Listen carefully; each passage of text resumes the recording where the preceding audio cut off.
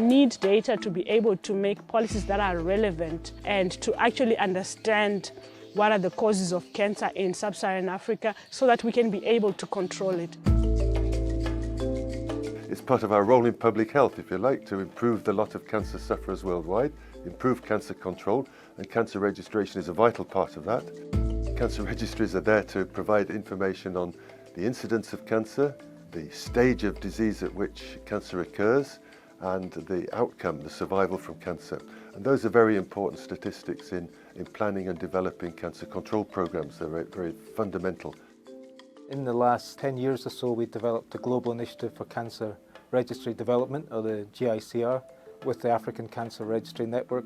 We now have 3 collaborating centres, which shows the expertise that we have in the region. So one collaborating centre in Nairobi in Kenya will be responsible for education and training in cancer registration methods and use. The second centre will be in Johannesburg in South Africa. That's going to be concerned with linking clinical and screening data to cancer registry data, and also with registration of childhood cancer. And the third centre is in Abidjan in Côte d'Ivoire. That's based in the Abidjan Cancer Registry, and they will be responsible for technical support to the registries in French-speaking Africa, in West and Central Africa.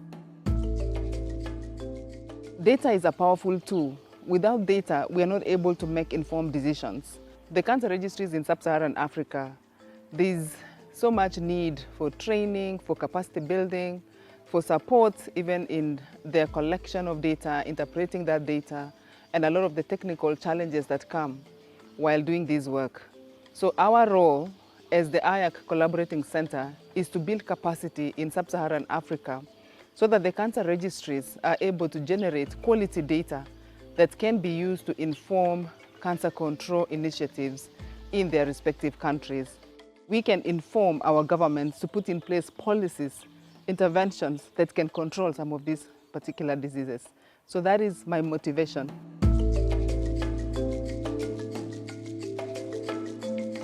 We work as a hub, a regional hub, and in training of cancer registries, in training for the using of CanReg 5. Sometimes we do some consultancy, some monitoring in another registry in a friendship country in Sub-Saharan Africa. Donc, tout dernièrement, en mars, nous avons eu même une formation en ligne sur la stratification des cancers. Ça nous permettra, on veut à partir de ce projet-là, amener les pays aussi à comprendre l'importance du registre dans la stratégie de santé publique, surtout pour l'élimination des cancers, notamment du cancer du col de l'utérus et les autres cancers. Donc à partir de ce projet-là, pouvoir avoir une bonne collaboration des ministères, des gouvernements pour le support des différents registres. So our 2 primary roles as the collaborating center in sub-Saharan Africa for childhood cancer and monitoring of cervical cancer elimination through linkage of cancer registries and screening registers. In sub-Saharan Africa, the burden of infectious diseases is very high, and because of that, non-communicable diseases like cancer are trying to compete for a piece of the health budget, and in most countries you find that cancer is sidelined. But when we become an organized collaborating center, we are giving each other strategies on how to approach stakeholders, and we're sharing experiences. It strengthened cancer surveillance within the whole region. So I am excited to be part of that team that is going to change that and provide accurate data and explore risk factors for cancers in Africa so that our policies are relevant and they actually achieve what we want them to achieve.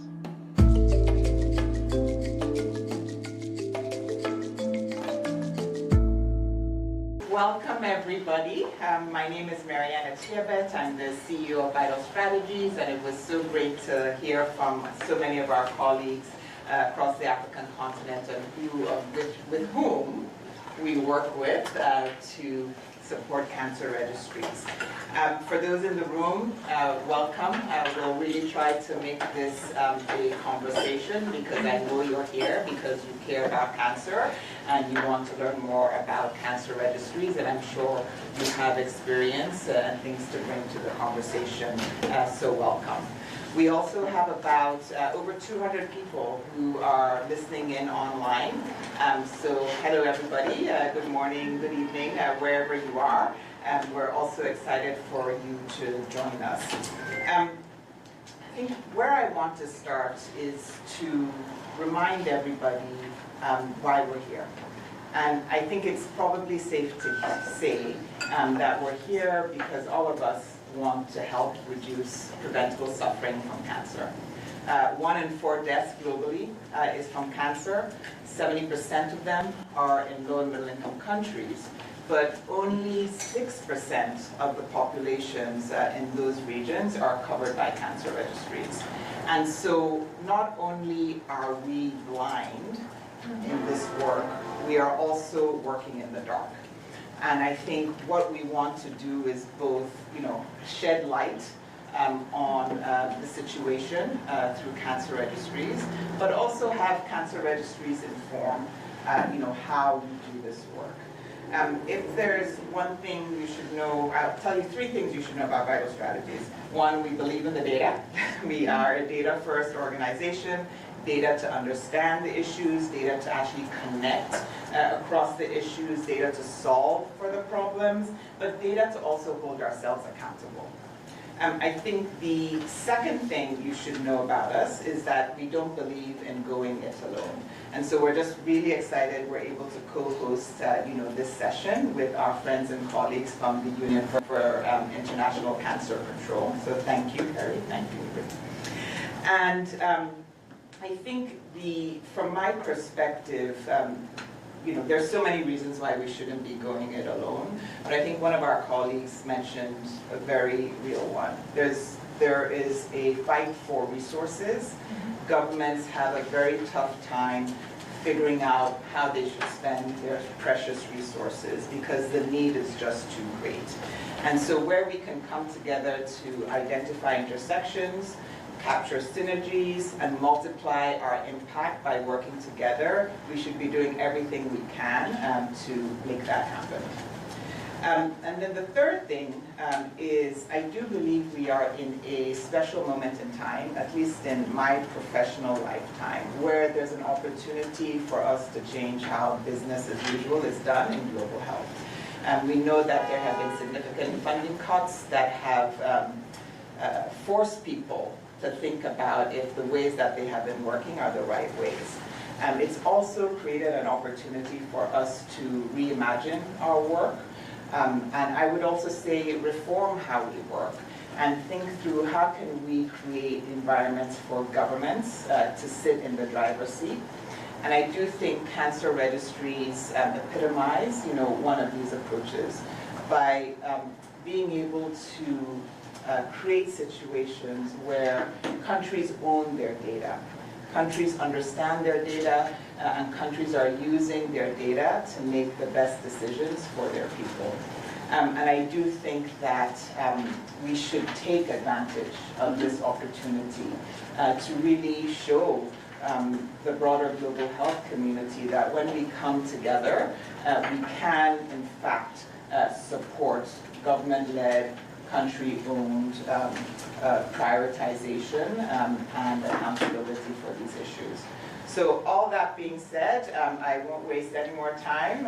I would love to invite introductory remarks from our colleagues and co-hosts. So first I'd like to ask Dr. Larko Cieza. I hope I'm getting it right. She's the head of management of NCDs, and I've been told nobody knows what that means, but I think all of you know what that means here in the room. I hope you do. If not, you're probably in the wrong session if you don't know what NCDs mean. But the Department of NCDs and Mental Health at the World Health Organization. And in this role, she provides strategic leadership, management supervision, and overall direction to WHO's work on the management of NCDs and integrated service delivery. So welcome, Alaprof. Yeah, great. Thank you, Marianne. And let me say why I'm here, because actually it was Dr. Tedros who was invited to this session. And when it was clear that he would not be here because he would need to go to our regional committee in the Southeast Asia, then I was requested to be here. So when you hear me to speak, you really hear really the institution and WHO and the voice also that go across the organization, from all of us who work more technically, but also to the leadership of the organization. And with that, yeah, good morning, actually, good afternoon, and perhaps good evening to some of you. And I'm really thankful, or very thankful to Vital Strategies and to the Union of International Cancer Control for organizing this session. And we are really extremely happy to be here as WHO, and we are also happy to be here with our sister organization, IAC. And look, the main message of this session is, of course, that cancer surveillance with population-based registers is a foundation, the main foundation of effective cancer control.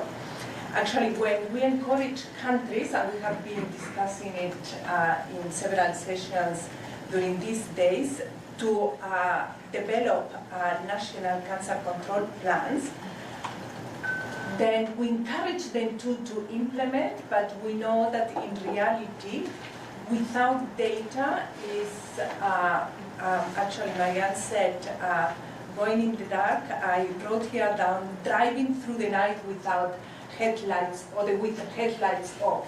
So that is the situation. So high quality population-based cancer register fill that gap, and it is fundamental. And look, all of you know that WHO has launched 3 cancer initiatives. This, on cervical cancer, on breast cancer, on childhood cancer, and each of them has the objective to support governments to tackle these different parts of the cancer challenging. And we use this initiative also as entry point for strengthening cancer control in countries as a whole. And probably all of you know that we have targets, especially for all of them, but you know also probably especially the target on cervical cancer, the 90-70-90 targets, and also the target in the breast cancer initiative to reduce breast cancer mortality by 2.5% every year.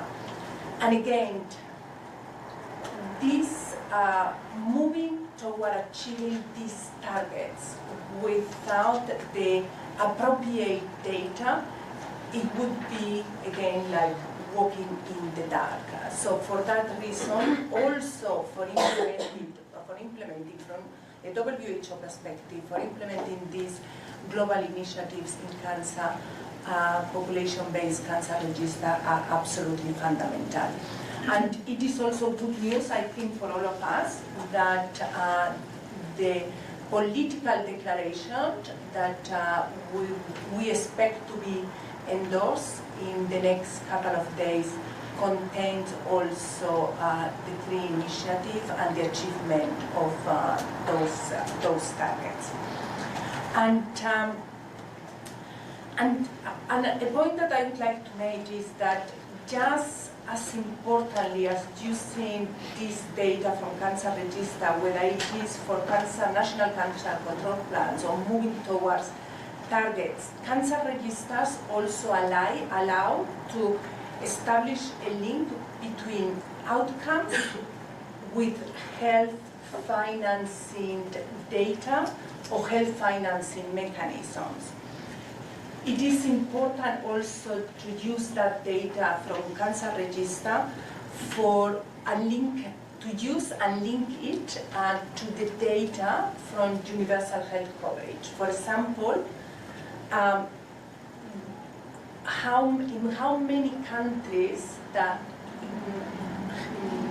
health benefit packages for universal health coverage include coverage also for cancer services. And we know, for example, that in a report that WHO and the World Bank launched in 2023, that most low and middle income countries have not included cancer services in their health benefit packages. But what we can do with the data of cancer registers is to know what is the impact of that lack, or what is also the impact when countries move forward towards universal health coverage, including cancer services as part of it. So data from registers give governments the data they need to invest better. And actually, that is also the reason why this conversation is so important today. And also, as Marianne said, it's not only important, it's also extremely timely, because now more than ever, as investments in health and development face cuts, is absolutely essential that partners come together to discuss strengths, to identify needs, needed improvements, and also to build a stronger case for such critical area of health and development as population-based cancer registers.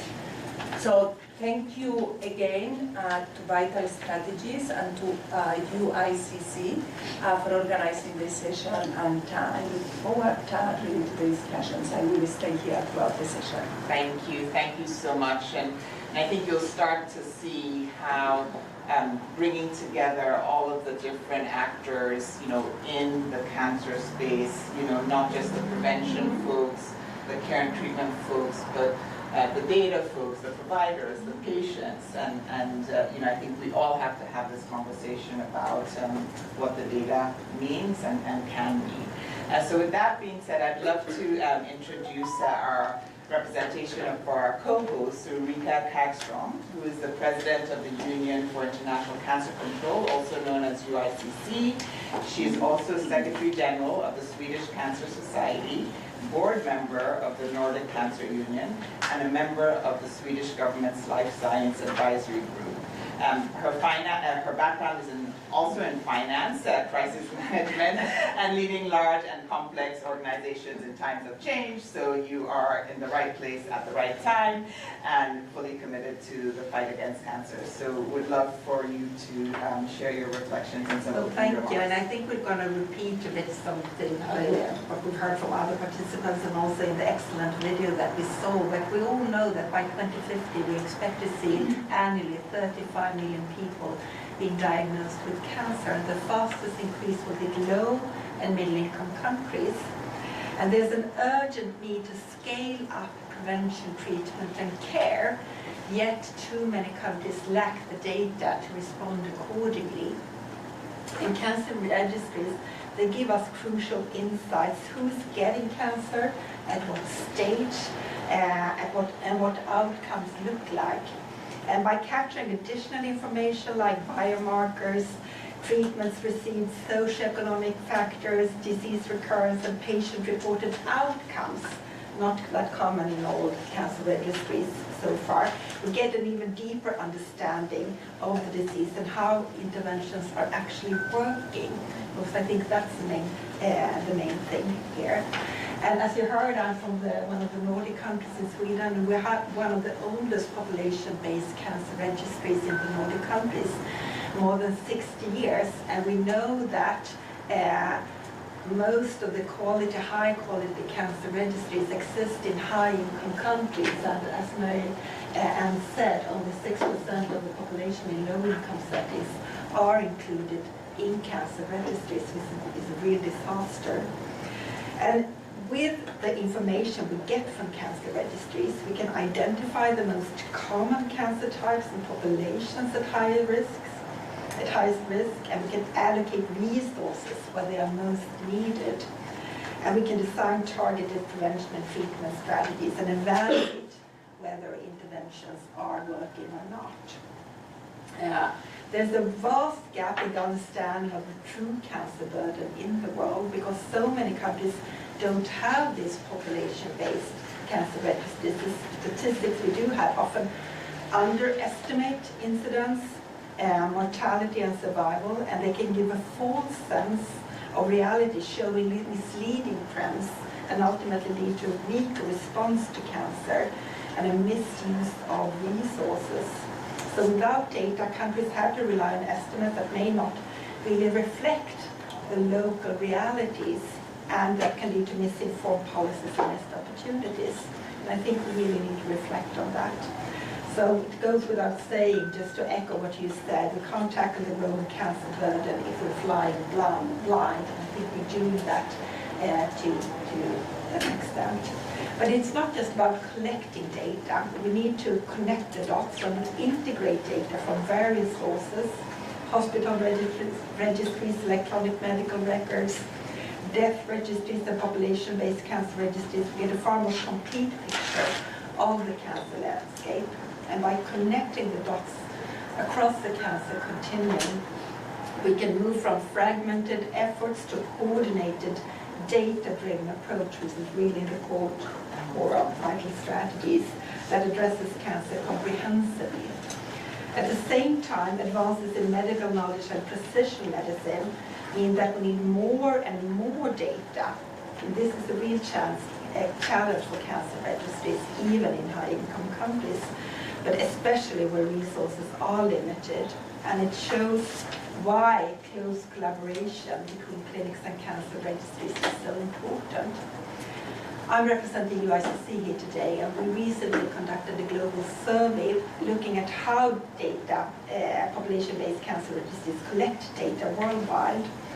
And the results show that registries are committed to improving data collection and expanding their work, but they often face significant barriers. And of course, the obvious barrier, one of the obvious barriers is the funding situation. But other examples of barriers include human resource limitations, training and education, which is really important, data protection, privacy regulations issues, and with accessing data sources, as well as technological and methodological challenges. And this is also something we raised when we organized. You mentioned the National Cancer Control Plans and the importance of data in National Cancer Control Plans. And in May this year, we organized the first Cancer Planners Forum, inviting 40+ countries and their experts in cancer planning. And one of the focus areas was really in cancer registries and how to work with data and connect the dots. It was a key topic and something that we continue to work with them on. So it's encouraging that most registries want to innovate, they want to use new tools, collect data faster, improve quality, expand the types of data they gather, and strengthening the collaboration. But for this progress, we need real investment. But it's not just about money, it's about investment in time, training, human resources. But I think we can make this work. This is just some reflections to start the conversation. Thank you so much. A lot of sweat equity I know folks are putting into this space. So thank you. We'd love to actually start the panel now and introduce everybody to Dr. Adam Kalpadi. He leads Vital Strategies public health programs that comprises of teams working in dozens of countries worldwide to strengthen their public health systems, addressing leading causes of death, illness, and injury.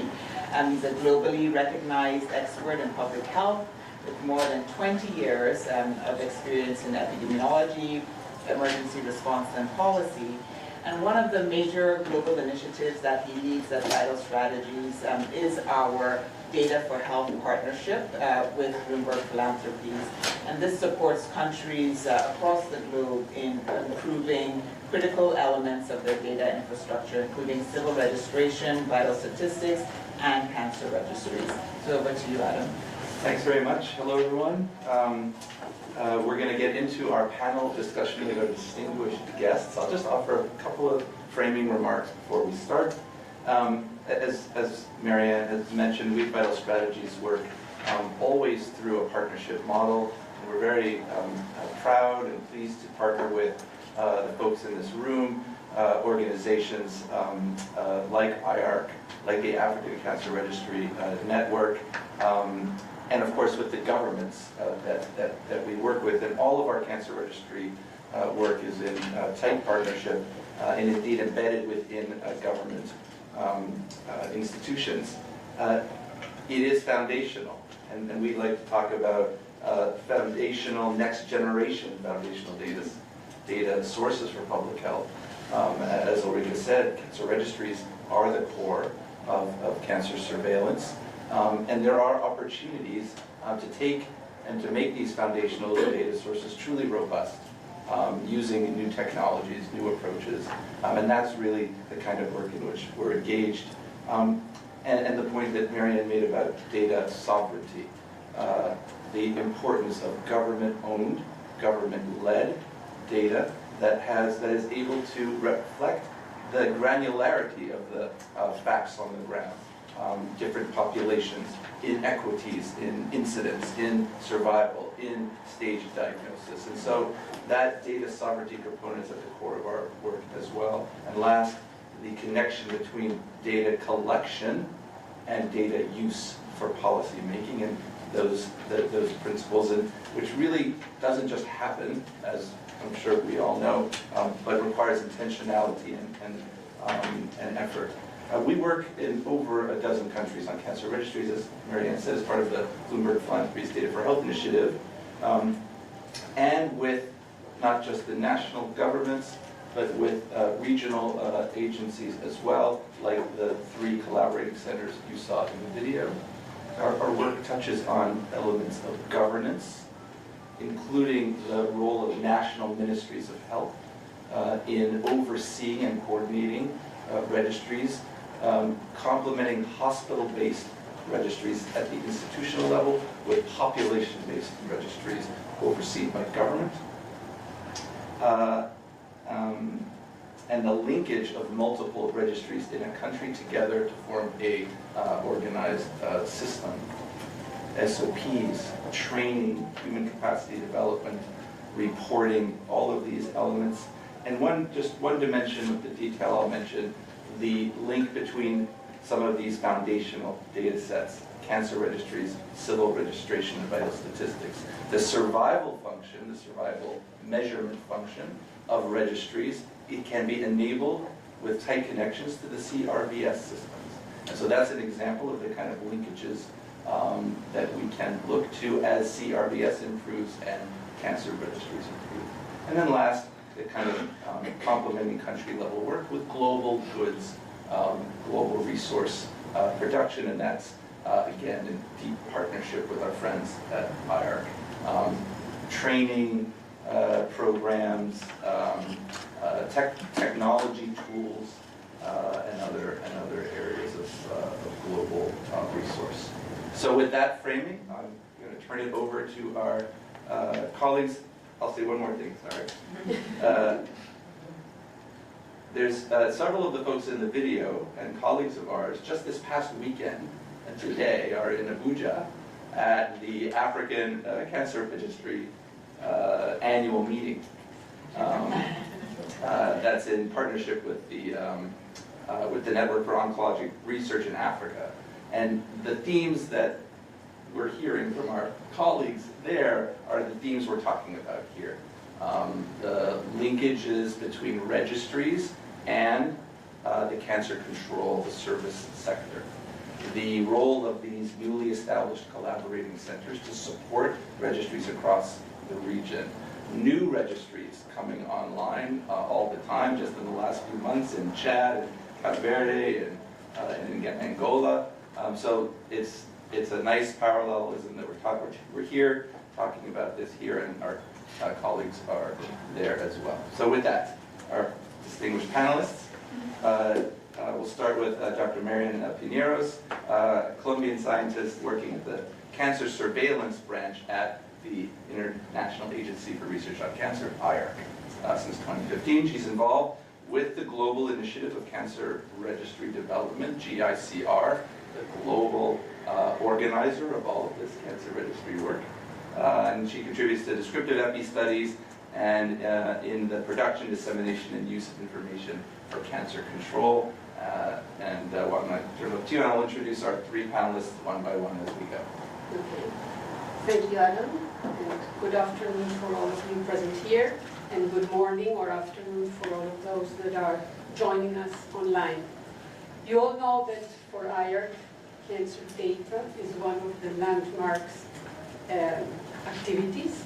For many, many years, we have the responsibility to give data to our countries, to WHO countries, and we have done this for many, many years. But then we have done this mainly through estimated data. And estimated data are very good, but in many cases they are not enough. And they give a national picture, and what is behind those data that we use to construct this is really the data that we call it, they are powered by population-based cancer registries. So these are our main sources, together with mortality. And in many cases, we don't have enough data to do the estimates, so we use different models, and we need to use from neighboring countries. I think that never before we saw so much interest in cancer registration as we see now, and we are very happy that we have so many institutions and organizations telling us about the importance of data. We were very alone, I think, in this first part, like 20 years ago, working with cancer registries, and we see more and more interest. And for many people, I really want to highlight, have a look and look at what is observed data versus estimates. Because observed data will give us very interesting pictures. The risk of cancer in one population is different. Even in the country, it is different. We have regions with very different risks of cancer. Let's take the case of cervical cancer. We have a cervical cancer initiative. We need the data to follow it up, but cervical cancer in some countries is not problem number one. But in that country, maybe there is a region that really needs these data or needs to act upon. I probably don't want to enter again into the rationale and all the use, because you have already highlighted very well the use for planning, the use to set priorities, the use to follow up and look how the outcomes of our programs are. But something that I think in the video was mentioned and that IARC does very much is also research. And we need this research for cancer control also. Let's say esophagus cancer in African countries, where we have seen that this is linked to the way of cooking and to this cooking smoke that is the risk factor. So with the gaps that we have in cancer information 10 years ago, and like we saw in the video, IARC and many of the partners started GICR, the Global Initiative for Cancer Registry Development. And I think it's a global program which looks forward to work with the local basis, with regional, and through a global coordination. We have set up 6 regional hubs.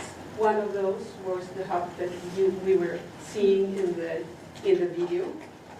All hubs have a slightly different way of operating, but we all do more or less the same activities.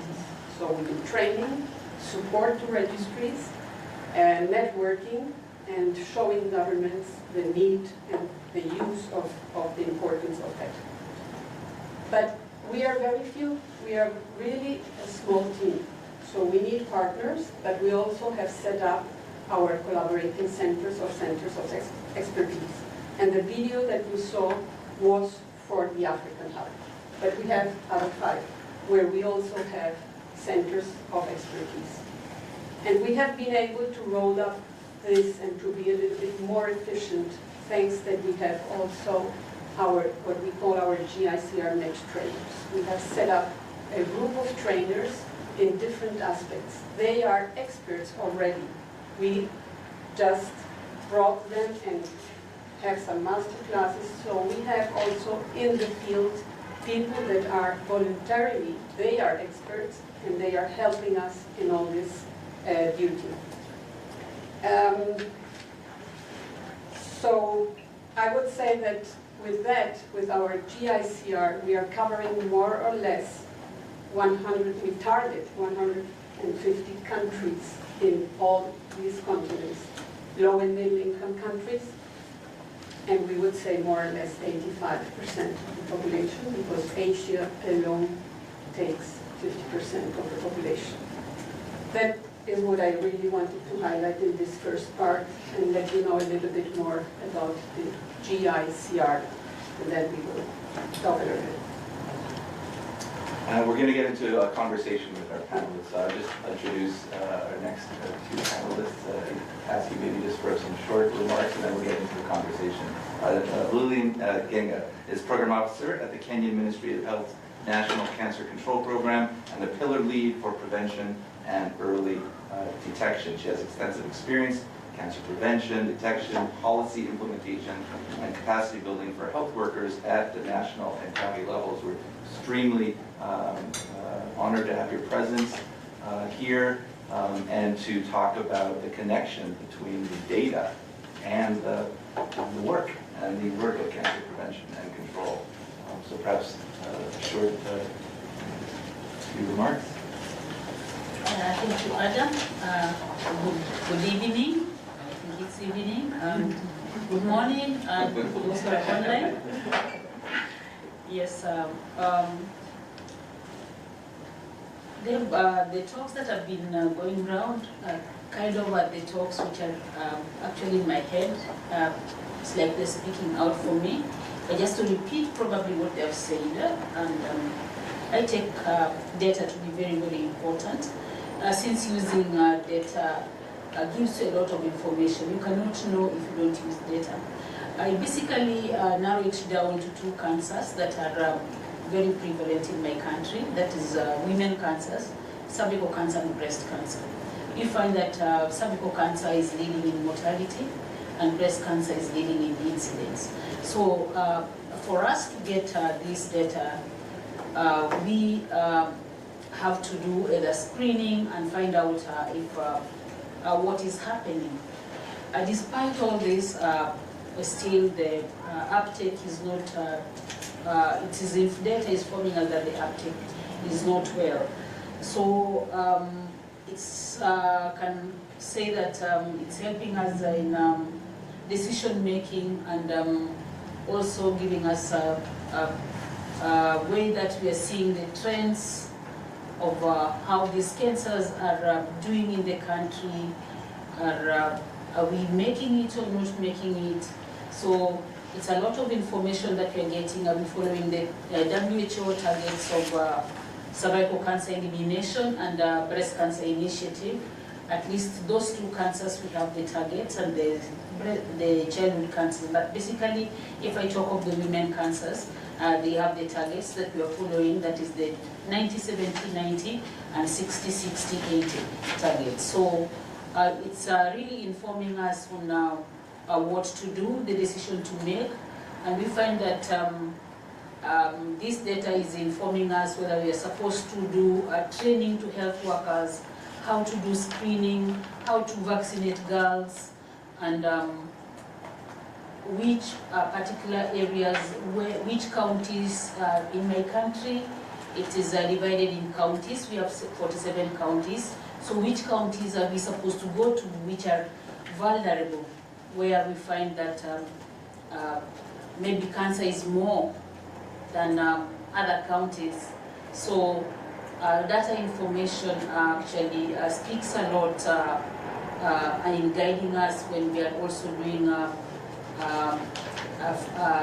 distribution of resources, so that even hard to reach areas can also get some resources and they're supported.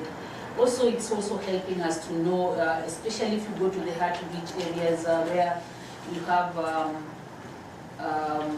regions where I can say hard to reach, like there are regions which are they're not close to the city, they're away from the city, and their cultures are also different. They just have their culture. So this data is informing us how they are performing, and also what ways can we go about it. And in this case now, it has informed us that we can move from screening of cervical cancer from using visual inspection with acetic acid and to the HPV DNA test, where we do self-sampling so that we can reach these women who would not want to be screened because of their culture. Their culture doesn't allow them to be seen naked by the doctor. So when you give them the self-sampling, they can take their own sample. And also we teach them self-breast examination so that they can do their own self-breast examination.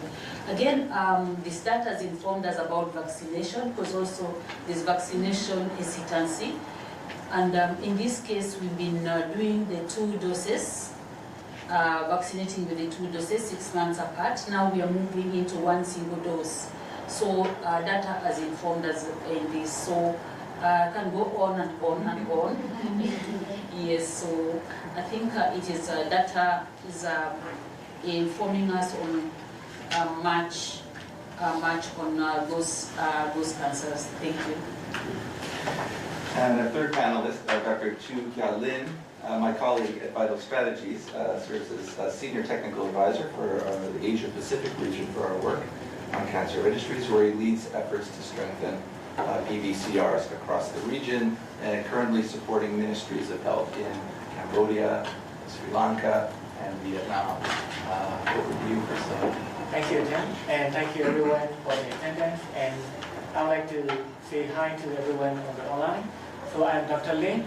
So when we talk about cancer, we talk about all the members, all the deaths.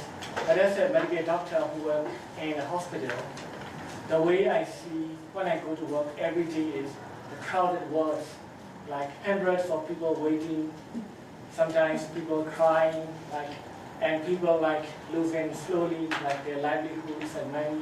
So it's been a tragedy at the personal level for most families. It's also a suffering for the doctors and nurses, because we sometimes cannot give the treatment they have. We have machines are sometimes broken and the waiting lists are long. So cancer is a huge, huge suffering for the families, caretakers, and the medical personnel. So I'm happy that for the Vital Strategies, we have been working in Asia Pacific region and also in Africa. Not only the project countries we are working in, we are also providing some grants to the different countries depending on their proposals that can reduce the burden of suffering from cancer. So in the countries I work in Asia, we talk with the government. So basically it's we really seek the commitment from the government, because we don't want to go with a bag of money and say that, hey, we bring the money, you have to do this. This is definitely not the way we work. So what we seek is a very close partnership, open, honest talk with the ministries of health, director generals, the national cancer control programs. We have the expertise. We can be the bridge with all the international standards and experts, and we really want to adapt to the context and what is the commitment from the government. And that is the first thing we really seek. And in most countries, this model works very well, because the government are now understanding and realizing the importance of cancer. And they really have low resources. So for example, when we talk about the global burden of diseases or the estimate, you have some numbers. But even in the country, you may have different age groups have different numbers, different people with different occupations. We have different risk factors that have affects different outcomes. And also, even at the hospitals, And many patients, they don't die in the hospital, they go back home. So even as a doctor or nurse, I don't know if my patient is dying or not many of the times because we just simply lost contact. So these are the things why the strategy is like trying to support at the individual level, at the hospital level, at the laboratories level, at the civil registration and vital statistics, data collection and data linkage level, at the ministry level, at the provincial, at the national level. So these are the scope of what we work daily with through the clinicians, through the public health departments, national cancer control programs, like community data registrars and all this. And we hear that the governments, they have, let's say, some limited money. So here's a lot of things. Okay, should we do breast cancer screening? Should we do cancer vaccination, ovarian cancer screening? And money is very limited. And the community workers, they have so much work to do, like maternal health, nutrition, all this. So even for like breast cancer screening, like do we do only like soft breast? Like where do we do the fine needle aspiration? Where do we do the X-rays for the breast? And what level of hospital should provide these facilities? These questions are often not answerable without exact high-definition data at the population-based cancer registry. It cannot be get from the data from the hospital-based cancer registry because you really need a clear, high-quality, complete picture of the population to make these high-resolution positions and assessment patients. Thank you. Thank you so much, Lynn. There's lots to unpack here, but I wanted to start by saying, Lillian, when you mentioned cervical cancer had the highest mortality in your country, I was surprised. I was surprised because we know that cervical cancer can be prevented. I was surprised because there are many ways to screen for cervical cancer. And it's actually one of the cancers that is responsive to therapy if caught early stages. And when you said that, I quickly looked at a paper that the Rwandan government, in partnership with Vital Strategies, developed, looking at the survival analysis, for all of the adult cancers. They also did it for childhood cancers, but adult cancers in their country, based on the data from the cancer registries. And for cervical cancer, we have only 32% of cervical cancers in Rwanda were diagnosed stage 3 and 4. And the 5-year survival in Rwanda is 55%. And so I think when you have that kind of granularity of data and you're able to compare not just across countries, but also within countries, I think you start to see where you can target interventions, because it's not going to be one size fits all.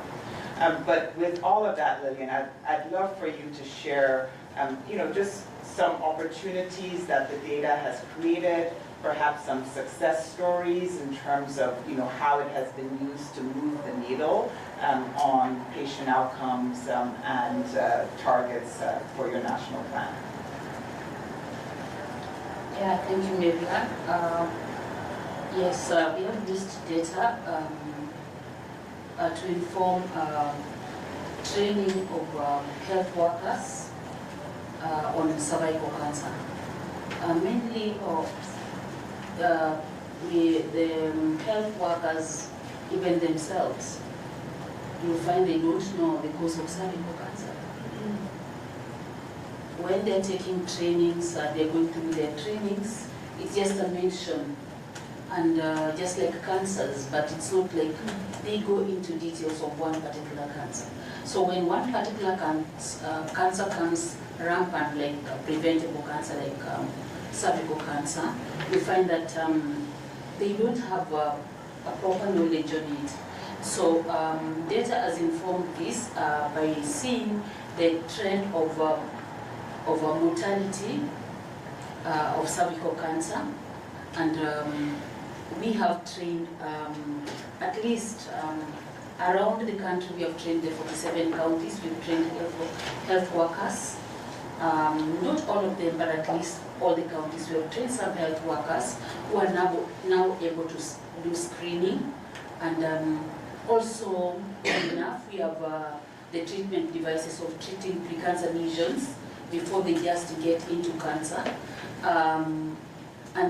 We have provided this to the counties, all the 47 counties at least. There are some devices for treatment of cervical cancer lesions. So I can say those are some success that we have got on data, because initially we started with 25 counties. These 25 counties, we trained the healthcare workers as the nurses, clinical officers, and medical officers, gynecologists on NIP and colposcopy. Then we still remain with 22 counties. So we had to look for funds first, getting hard to cover the 22 counties. So the 22 counties, currently I can say we have not trained them on NIP and colposcopy and give them the devices, but 25 counties are completely trained and covered with NIP and colposcopy and thermal ablation machines. And currently I can say that WHO also is supporting the country in not only cervical cancer, but women cancer, as I said, and NCDs, whereby a woman is screened. You don't just screen the breast and cervix and let this woman go home when their blood sugar is high, when their blood pressure is high, so and mental health.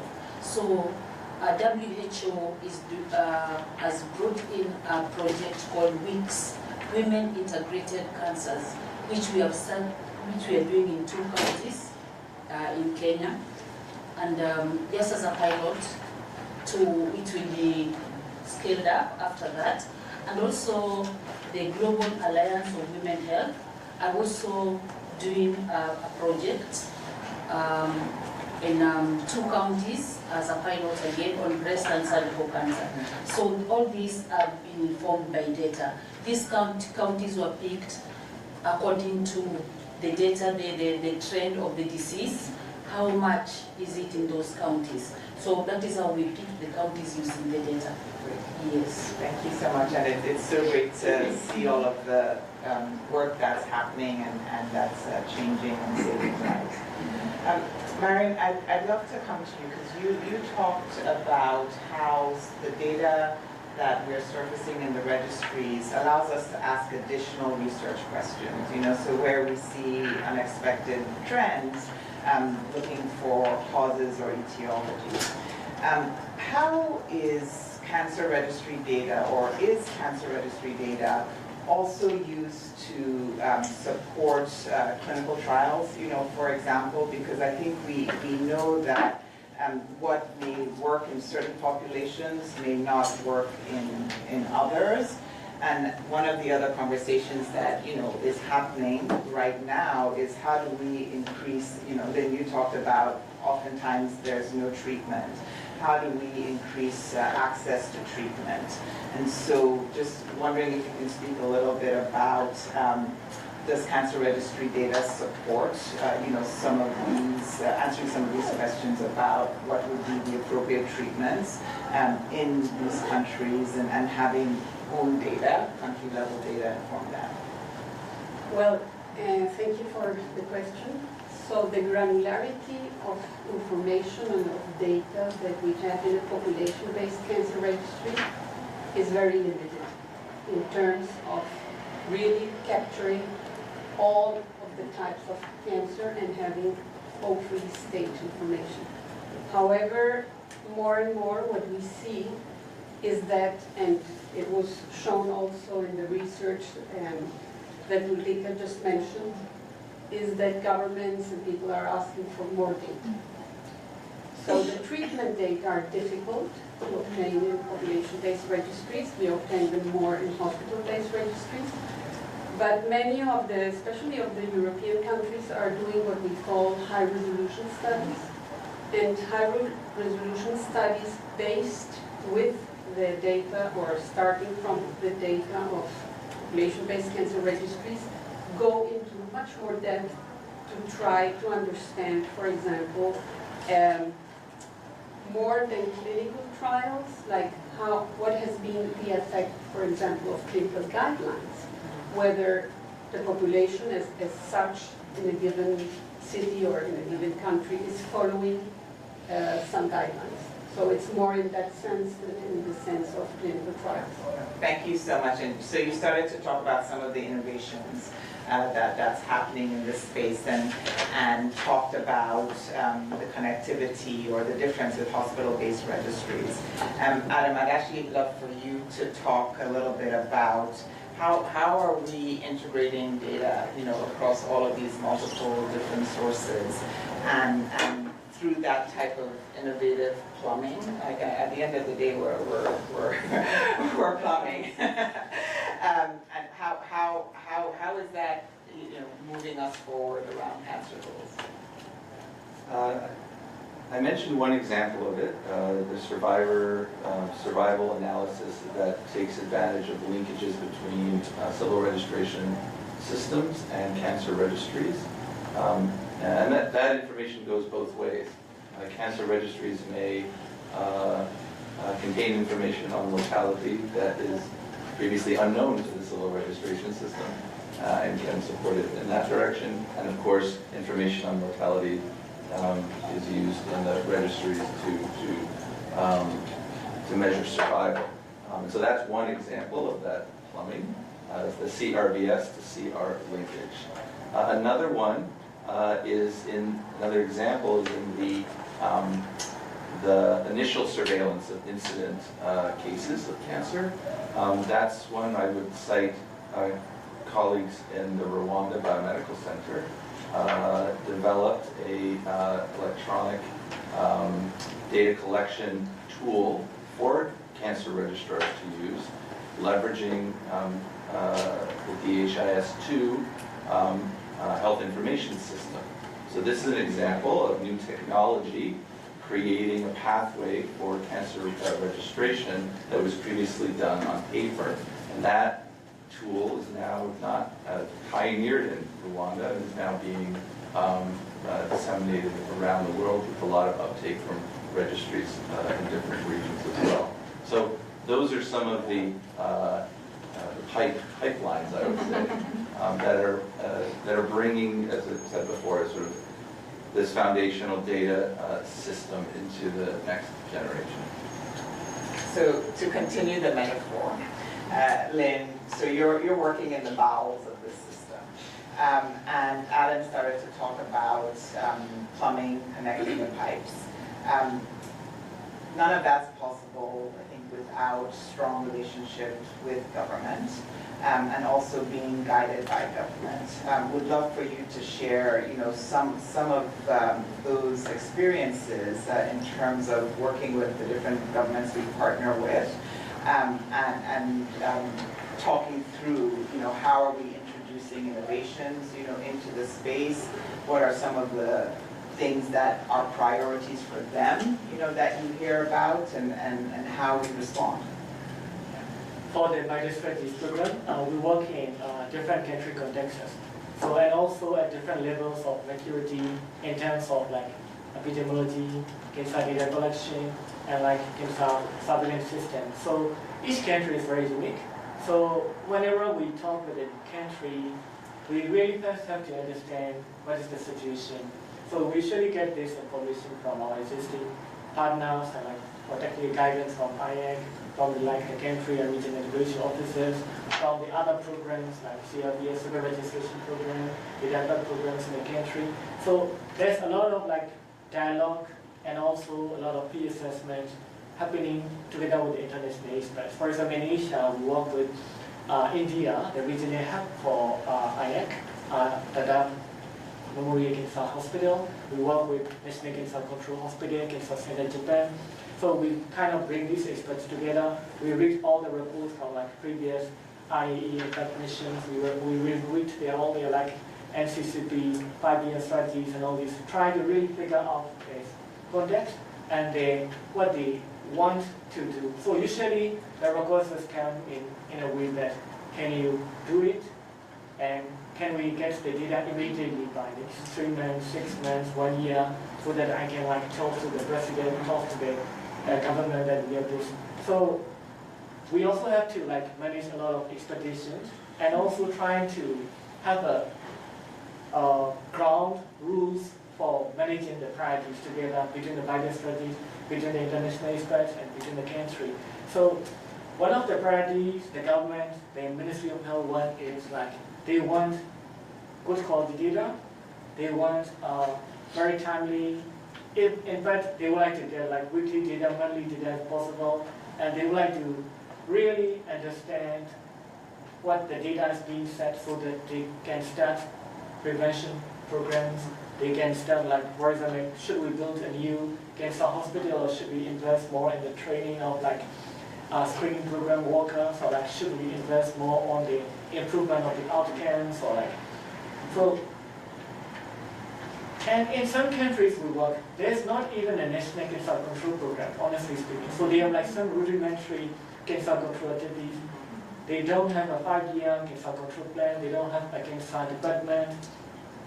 So it's like, and some countries, they are also developing countries, but they have been developing very quick in Asia region. So they have really nice hospitals where you can get a lot of like quite advanced treatments. You can get like, for example, like a lot of like really advanced radiation therapies, and like the economy is growing, and but the health information systems are fragmented. You can imagine that each hospital is using a different health information reporting system. So it's also, for the country, it's not only about a matter of technical assistance, it's about like the leadership by the government, the ministry, how they want to lead the initiative, how they want to, where they want to go, and also the coordination. So the coordination between different hospitals, different government departments, between the private sector, and also the increasingly relevant role of the private sector, hospitals and laboratories. So, and also there's also increasing concern on the data security, data confidentiality, data ownership, like, so always the main priority is how can we get the data most clean, most good quality, like most timely manner, and second is like how do we understand the data, and that is like how we move the data, and fourth is like how can we make sure that the confidentiality, like patient privacy, are like respected. So these are the priorities the government should see. Thank you, thank you. Thank you everyone for joining, both in the room and online. I think two takeaways I have. One, there's a lot of work happening in this space, and there's a huge opportunity to knit it together and to bring all of the different component parts together. Data can serve as that connective tissue, but it's also the stories and experiences of all of the different actors, in this space. And so, as we can continue to, collaborate to, bring all of this together, I think, that's one big takeaway, I have. But then the other takeaway I have around the population-based registries is that it allows us to surface and make visible what was invisible before. And there are too many people in too many countries that we have no idea are dying of cancer. And unless we have some population-based registry, there will always be people we leave out. Just again, personally from an equity perspective, we can't leave folks out of any investments that we want to make in this space. So thank you everyone for joining. Thanks for those on the line. And looking forward to working and collaborating together in some way, shape, or form as we move forward.